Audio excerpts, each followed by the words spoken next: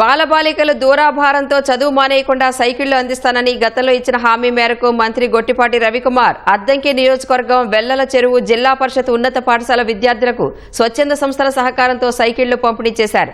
సుపరిపాలనలో తొలి అడుగు కార్యక్రమంలో భాగంగా వెల్లల చెరువు గ్రామంలో 30 లక్షల నిధులతో నూతనంగా నిర్మించిన సీసీ రోడ్లు, సైడ్ డ్రైన్స్ ను ప్రారంభించారు. కూటమి ప్రభుత్వం అమలు చేసిన సంక్షేమ అభివృద్ధి కార్యక్రమాలను ప్రజలకు వివరించారు. అన్ని తరగతుల పిల్లలకి ఖచ్చితంగా, ఎందుకంటే స్కూల్ నుంచి ఇంటి దగ్గర నుంచి స్కూల్కి రావడానికి నడిచి వస్తుంటారు, వచ్చిపోతా ఉంటారు. పిల్లలకి అందరూ కూడా సైకిల్ వాళ్ళకి అందరూ మన ప్రభుత్వం ఇచ్చింది ఒకసారి. ఇప్పుడు నేను ప్రత్యేకమైన దృష్టి పెట్టి అందరూ హై స్కూల్ చదువుకుంటున్న పిల్లల్ని ప్రోత్సహిస్తారనే దానికోసం ఈ కార్యక్రమం చేపట్టాం.